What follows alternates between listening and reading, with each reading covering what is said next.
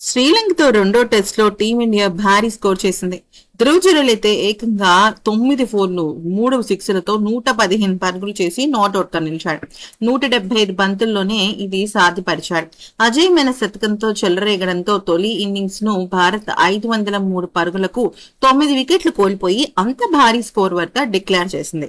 రిషబ్ పంత్ 89 బంతుల్లో 6 4లు 2 6లతో 63 పరుగులు చేశాడు. హాఫ్ సెంచరీతో రాణించాడు. అయితే తొలి రోజు ఆటలో దేవ్దత్ పడిక్కల్ సెంచరీ చేశాడు. శుభ్మన్ గిల్ హాఫ్ సెంచరీ చేశాడు. ఈ విషయం మనకు తెలిసిందే. శ్రీలంక బౌలర్లలో హసింత ఫెర్నాండో 4 వికెట్లు తీగా ప్రభత్ జయసూర్య 2 వికెట్లు తీశారు.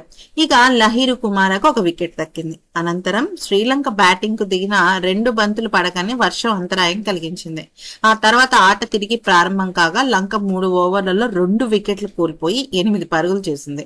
ఇక విషయంలోకి వచ్చినట్టయితే 300 పరుగులకు 5 వికెట్లు కోల్పోయి ఓవర్ నైట్ స్కోర్ తో రెండో రోజు ఆటను కొనసాగించిన భారత్ కు ఆశించిన ఆరంభం దక్కలేదు. ఎందుకంటే over night batter Saransh Jain 6 పరుగులు చేశాడు.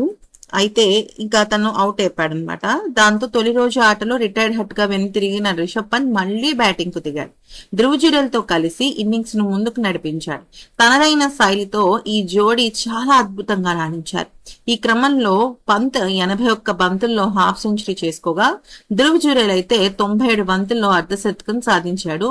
తర్వాత 419 పరుగులకు లంచ్ బ్రేక్ వెళ్ళింది.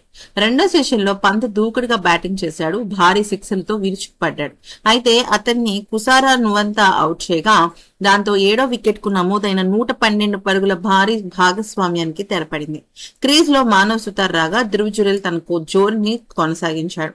మానవ్ సుతార్ 18 పరుగుల ఆచితూచి ఆడాడు గాని తను కూడా ప్రభత్ జయసూర్య అవుట్ చేయడంతో అవుట్ అయిపోయాడు అనమాట. ఇక ఆ తర్వాత సిరాజ్ తో కలిసి ధ్రువ్ జురేల్ రెండో సెషన్ ముగించాడు. వర్షం కారణంగా కాస్త ముందుగానే సెషన్ ముగిసింది. ఆఖరి సెషన్ లో దూకుడుగా ఆడిన ధ్రువ్ జురేల్ 171 బంతుల్లో సెంచరీ మార్క్ ని అందుకున్నాడు. ఆ వెంటనే భారీ సిక్సర్ తో ధ్రువ్ జురేల్ తన జోరు కనబర్చగా సిరాజ్ 3 పరుగులు చేసి ఎల్బిడబ్ల్యూ గా వెనుదిరిగాడు. సో ఇక దూకుడుగా ఆడిన ధ్రువ్ జురేల్ వేగంగా పరుగులు రాబట్టడంతో 500 పరుగులు దాటిన మన భారత్ వెంటనే డిక్లేర్ చేసేసింది. ఈ వీడియో నచ్చితే లైక్, షేర్ అండ్ సబ్స్క్రైబ్.